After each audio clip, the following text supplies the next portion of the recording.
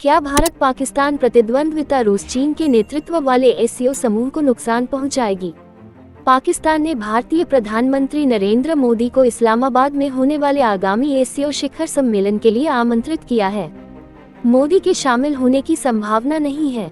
समूहीकरण के लिए इसका क्या अर्थ होगा? दिसंबर 2023 में नई दिल्ली में भारत के प्रधानमंत्री नरेंद्र मोदी अपने विदेश मंत्री सुब्रह्मण्यम जयशंकर के साथ इस्लामाबाद, पाकिस्तान सभी निमंत्रण भेजे गए हैं। लेकिन जब पाकिस्तान अगले महीने शंघाई सहयोग संगठन एससीओ शिखर सम्मेलन की मेजबानी करेगा, तो अन्य सभी से ऊपर एक अतिथि होगा जिसकी उपस्थिति या अनुपस्थिति सबसे अधिक महसूस की जाएगी, भारतीय प्रधानमंत्री नरेंद्र मोदी। 29 अगस्त को पाकिस्तान के विदेश मंत्रालय ने पुष्टि की कि इस्लामाबाद 15-16 अक्टूबर को एससीओ के शासनाध्यक्षों की मेजबानी करेगा, जो 2012 में विकासशील देशों के सम्मेलन के बाद देश में शीर्ष विश्व नेताओं की सबसे बड़ी सभा होगी। अगले दिन भारत के विदेश मंत्रालय ने पाकिस्तान से निमंत्रण मिलने की बात स्वीकार की। इसने ये संकेत नहीं दिया है कि मोदी इसमें भाग लेंगे या नहीं, लेकिन अधिकांश विश्लेषक भारतीय नेता की संभावना के बारे में संशय में हैं, जिन्होंने हाल ही में प्रधानमंत्री के रूप में अपना तीसरा कार्यकाल हासिल किया है, पड़ोसियों के बीच लगातार उच्च तनाव के बीच पाकिस्तान की यात्रा करेंगे। पढ़ते रहते हैं 4 वस्तुओं की सूची। 4 में से एक सूची। सबसे कष्टप्रद परीक्षण। क्या पाकिस्तान के शरीफ भारत के मोदी के साथ बातचीत बहाल कर सकते हैं? 4 में से 2 की सूची। जैसे ही भारत के मोदी पाकिस्तान को चुनाव प्रचार में लाएंगे, क्या संबंध खराब हो जाएंगे? 4 में से 3 की सूची। क्या भारत के मोदी अपने तीसरे कार्यकाल में पाकिस्तान से रिश्ता तोड़ देंगे? 4 में से 4 की सूची। पाकिस्तान के विदेश मंत्री अंक हासिल करने के लिए आतंकवाद को हथियार न बनाएं, फिर भी भारत पाकिस्तान संबंधों के अलावा और भी बहुत कुछ दांव पर है। दक्षिण एशियाई पड़ोसियों के बीच प्रतिद्वंद्विता ने दक्षिण एशियाई क्षेत्रीय सहयोग संगठन सार्क जैसे अन्य बहुपक्षीय संगठनों को प्रभावी ढंग से पनडुब्बी बना दिया है। वह समूह जिसके नेता 1 दशक से नहीं मिले हैं।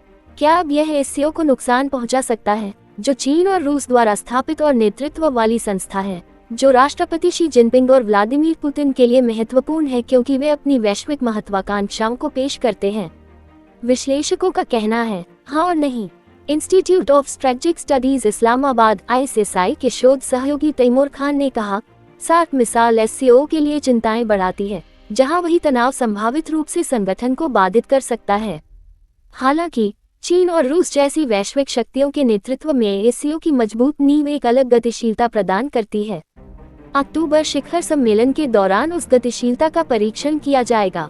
क्या मोदी शामिल होंगे? एससीओ 2001 में स्थापित एक राजनीतिक और सुरक्षा ब्लॉक है और इसमें रूस, चीन, Bharat, Pakistan, Kazakhstan, Kyrgyzstan, Tajikistan, Uzbekistan और सबसे हालिया प्रवेशकर्ता ईरान शामिल हैं। पिछले साल भारत एससीओ से संबंधित विभिन्न कार्यक्रमों का मेजबान था। बिलावल भुट्टो जरदारी 12 साल से अधिक समय में किसी बैठक के लिए भारत आने वाले पहले पाकिस्तानी विदेश मंत्री बने। लेकिन भारत के विदेश मंत्री एस जयशंकर और भुट्टो जरदारी के बीच कश्मीर मुद्दे और आतंकवाद को लेकर विवाद सम्मेलन के दौरान मीडिया की सुर्खियों में छाया रहा। जब भारत ने जुलाई 2023 में नेताओं के शिखर सम्मेलन की मेजबानी की, तो पाकिस्तानी प्रधानमंत्री शहबाज शरीफ 1 साल बाद ऑनलाइन उपस्थित हुए। भूमिकाएं उलट गई हैं। लेकिन विश्लेषकों का कहना है कि दिसंबर 2014 में लाहौर में एक संक्षिप्त पड़ाव के बाद मोदी की पहली बार पाकिस्तान यात्रा की संभावना कम है।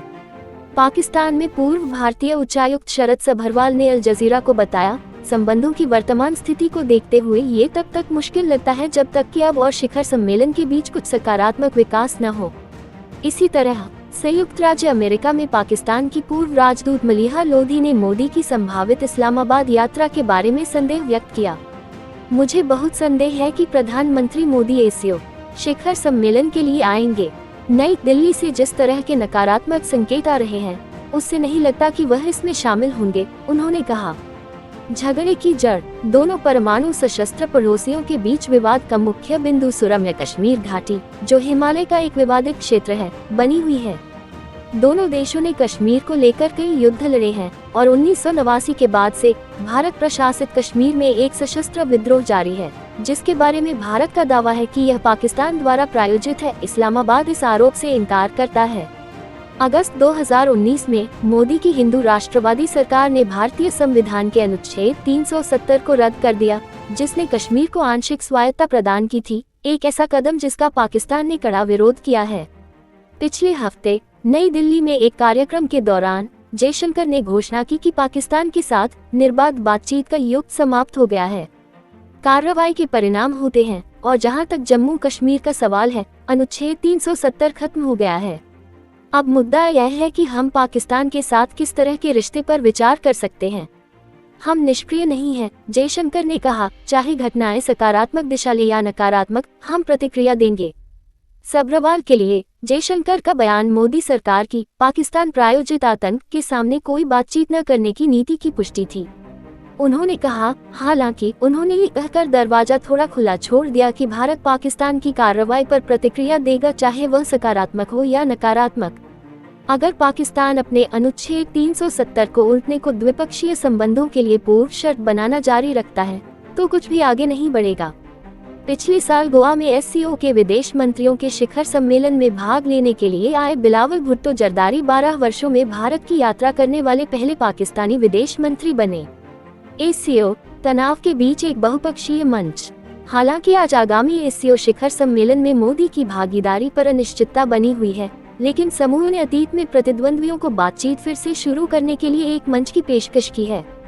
2015 में पाकिस्तान के तत्कालीन प्रधानमंत्री नवाज शरीफ और मोदी, जो भारतीय प्रधानमंत्री के रूप में अपने पहले कार्यकाल में थे, ने एससीओ शिखर सम्मेलन के मौके पर रूसी शहर उफा में मुलाकात की, जहां दोनों ने बातचीत की, जिसके परिणामस्वरूप दोनों सरकारों ने जारी किया संयुक्त बयान।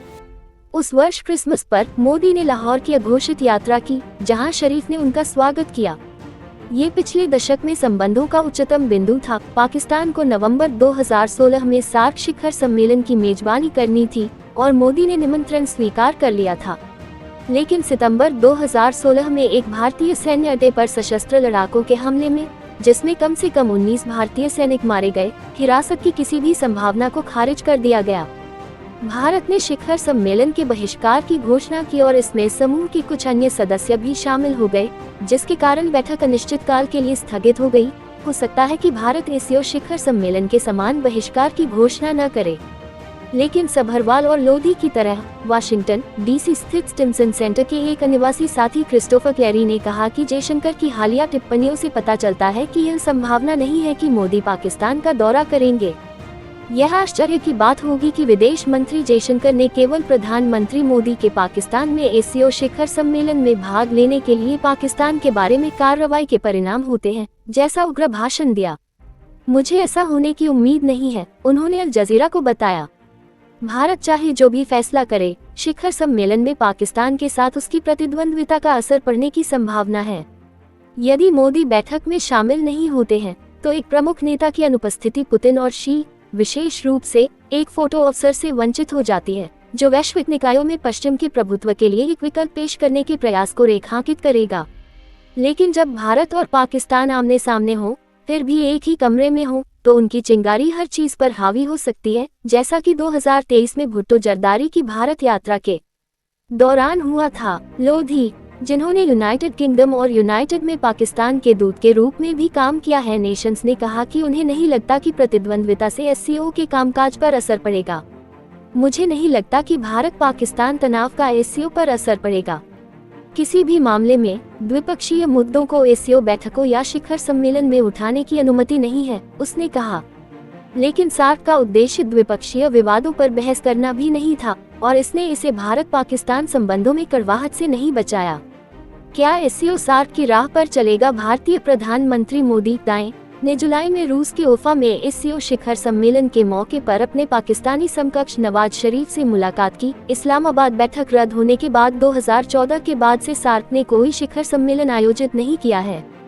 2016 में ISI के खान ने कहा, ये पूरी तरह से भारत पाकिस्तान प्रतिद्वंद्विता के कारण है। इसने सार्क को प्रभावी रूप से पनगु कर दिया है और इसे एक बड़े पैमाने पर प्रतीकात्मक इकाई में बदल दिया है। सार्क के अन्य सदस्य श्रीलंका, मालदीव, बांग्लादेश, नेपाल, भूटान और अफगानिस्तान हैं। उन्होंने कहा, सार्क के 2 सबसे बड़े सदस्यों भारत और पाकिस्तान के बीच तनाव के कारण बहिष्कार हुआ है। शिखर सम्मेलन स्थगित हुए हैं और पहल अवरोध हुई है, जिससे सार्थक प्रगति नहीं हो पाई है। अतीत में भारत पाकिस्तान तनाव के कारण समूह के कामकाज में बाधा उत्पन्न होने की संभावना पर एससीओ के भीतर से चिंताएं उभरी हैं। 2017 में समूह में शामिल होने से पहले भारत और पाकिस्तान ने एससीओ परिवार में किसी भी द्विपक्षीय विरोधाभास और मतभेदों को नहीं लाने के लिए प्रतिबद्धता जताई, क्योंकि एससीओ विवादित द्विपक्षीय मुद्दों को निपटाने से नहीं निपट रहा है, चाहे वे सीमा, पानी या संबंधों में अन्य मुद्दों से संबंधित हों। कुछ सदस्य देशों एससीओ के तत्कालीन महासचिव व्लादिमीर नोरोव ने 2019 में बीजिंग में संवाददाताओं से कहा। खान ने कहा, फिर भी सार्क और एससीओ के बीच एक बुनियादी अंतर है। एससीओ का नेतृत्व दो प्रमुख वैश्विक शक्तियों चीन और रूस द्वारा किया जाता है, जो एक मजबूत, अधिक सामंजस्यपूर्ण नेतृत्व संरचना सुनिश्चित करता है। सार्क के विपरीत, जो अपने दो सबसे बड़े सदस्यों के बीच द्विपक्षीय तनाव का शिकार हो गया, एससीओ के भीतर की गतिशीलता अधिक जटिल और लचीली है। चीन और रूस की उपस्थिति एक स्थिर प्रभाव प्रदान करती है, जो किसी भी एक सदस्य को बिना किसी परिणाम के संगठन को पटरी से उतारने से रोकती है, उन्होंने कहा।